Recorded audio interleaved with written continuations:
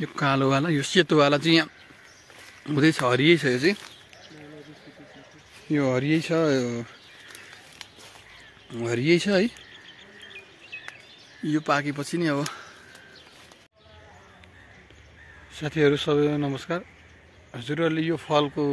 के हो थाहा छ हजुरहरूलाई यो फल के हो थाहा छ ल भन्नुहोस् हामी चाहिँ बच्चा बेलामा गाउँमा हुँदाखेरि एकदमै धेरै खान्थ्यौँ एकदमै मनपर्छ मलाई चाहिँ यो तपाईहरु यसलाई के भन्नुहुन्छ भन्नु होला यो फललाई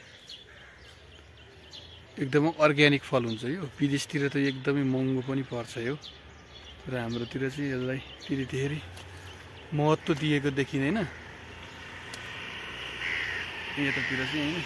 तर विदेशतिर चाहिँ यो फलको महत्त्व एकदमै धेरै छ यो फल नेपालमा चाहिँ यसको राम्रोसित युटिलाइज गर्न सकिरहेको छैनौं हामीले हैन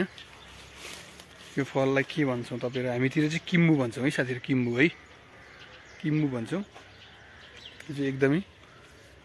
मिठो हुन्छ है बच्चादेखि बुढासम्मलाई मन पर्छ यो त हेर्नु त मम्मी आई टिपेर यही हामीलाई घरमा कति धेरै थियो हामी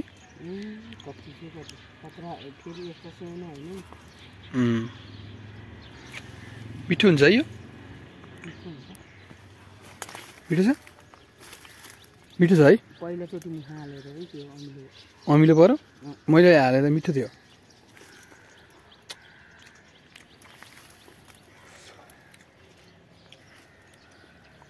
मिठो छ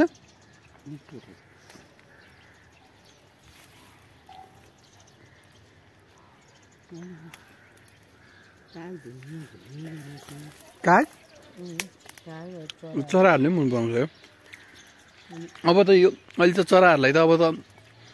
खानालाई दुखै हैन नि हैन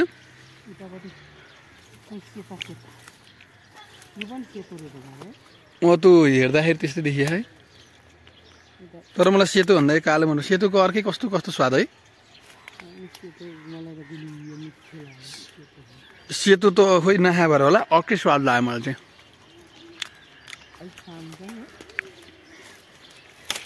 यो कालोवाला यो सेतोवाला चाहिँ यहाँ हुँदैछ हरियै छ यो चाहिँ यो हरियै छ है यो पाकेपछि नि अब कसैले बाँकी राख्ला जस्तो लाग्छ ल हेर्नुहोस् है यसरी बाँकी रहला जस्तो त लाग्दैन मलाई